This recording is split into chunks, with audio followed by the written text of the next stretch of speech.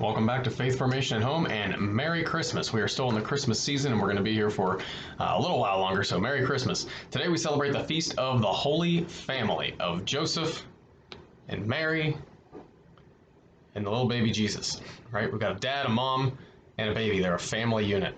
And so our gospel reading today comes from one of the very first things that they did as a family after Jesus was born. So parents, remember that feeling you felt when you had your first child and they let you leave the hospital, they cut the hospital bands off, and they let you go into the world with this little being.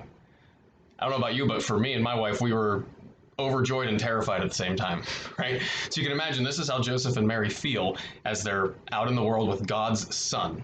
And so one of the very first things that they do 8 days after Jesus is born is they go back to the temple in Jerusalem and they offer this sacrifice for their purification, right? And they present Jesus to God because the law says every firstborn male should be presented to the Lord, right? And so we know from this story that Joseph and Mary are an observant family, a religiously observant family. We know from this and other stories they go back to the temple on a regular basis. We can assume that they went to synagogue every Sabbath day and they prayed in their homes and they did some sort of faith formation at home with Jesus, with their family, right? So this story is a very interesting story. So in our Celebrating Sunday for Catholic Families, they cut out a lot of the story. So don't just read it out of here. You're going to get the beginning of the story, the end of the story, but the middle part is cut out. So you want to read the whole story because there's a lot going on there. We've got this older man, Simeon, who's hanging out in the temple, and God promised him that he wouldn't die until he saw the Messiah. And then there's this prophetess, Anna, who's been living as essentially a nun in the temple, sort of, for quite a while since her husband died, right? And she's going around telling everybody about this Messiah baby that she just saw. Could you imagine, kids, you can wrap your minds around this too. If you've ever been to a baptism of a younger sibling or a cousin, your family's all hanging out in church, and this old man comes over from the side from the votive candles and picks up the baby and says, "This one at last, this is the one I've been looking for, I can finally die." Right? Kind of crazy. This is what's going on with the Holy Family, right? And you can see from this gospel that Mary and Joseph don't know what to do with this either. It says that Mary pondered these things in her heart. She wasn't quite sure what to do with this either.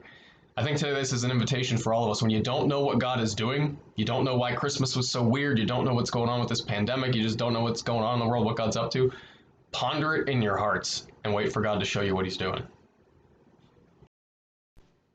And so our Bible story this week from the Jesus Storybook Bible, we're actually skipping ahead a little bit. The last 2 weeks we've been looking at Christmas stories, right? We saw the Christmas story in the narrative from Luke, and then we saw the Christmas story where the shepherds came because the angels went and told them. The very next story in there would be the visit of the wise men, but that's next Sunday's Gospel for Epiphany. So where are we going this week on Holy Family? We're going to the friend of little children, when Jesus is an adult. And a bunch of kids come up to him and the apostles try to shoo them away because Jesus is too busy to be bothered with kids, right? And Jesus says, "Let the children come to me." And he lets them sit on his lap and he hugs them, right? It's a cool story for this Holy Family Sunday because it reminds us that Jesus values families. Children come from families. Jesus thinks children are incredibly important. And moms and dads' families, that's where children come from. So Jesus values our family lives. He loves little kids. He loves your honesty. He loves your daring. He loves your creativity, your desire for adventure, and your enthusiasm for life, right? And parents, if we're honest with ourselves, we like a lot of that too, even when sometimes it causes problems, right? So this Holy Family Sunday, in our storybook story here this week, we're highlighting the fact that Jesus values children and families. This week, our catechism questions focus on the Eucharist and the Mass. So you're going to read through some questions about what is the Eucharist and what is the structure of the Mass.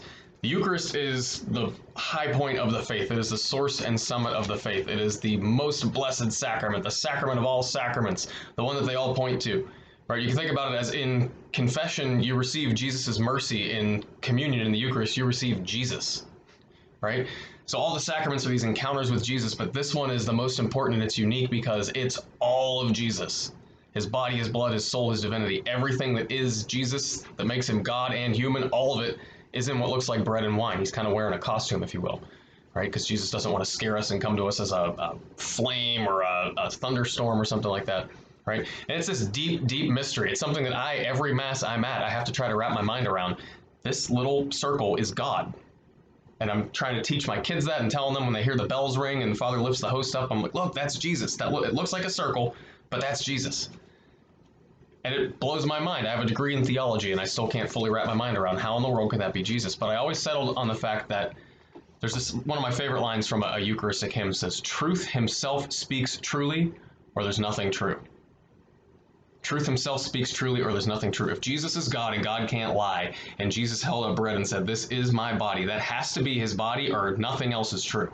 So even if I don't understand it, I've got to give the assent of faith and realize Jesus said it, so I've got to follow it. And I think reflecting on the Eucharist during this Christmas season can kind of help us wrap our minds around that a little bit. Because you remember when Jesus is born, and Mary and Joseph wrap him in swaddling clothes and they lay him in a manger. We're so used to seeing nativity scenes that this doesn't strike us as odd. This is a feeding trough for animals. So this would be like if Jesus was born and they laid him in your dog food bowl, or put him in your fish food container or your hamster food bowl, or Jesus was laid on a plate and set out on a table with a fork and a knife, right? That's essentially what's going on here. I think Jesus was tipping us off from the very beginning of his earthly life that he came to be food, spiritual food that we're going to receive physically in the Eucharist. Last thing for this week, new this week, in the bottom of this email, in between the gospel worksheets and the videos, is a section of additional resources. These are completely voluntary, but I finally realized maybe we should attach some of the worksheets and manipulatives and activities that we would use in faith formation classes, and some of you may want to use some of those at home. So look through those, see if you find something that might be useful for your kiddos. Feel free to substitute one of those for the gospel worksheet if the gospel worksheets aren't working for you, and hopefully you'll find those valuable.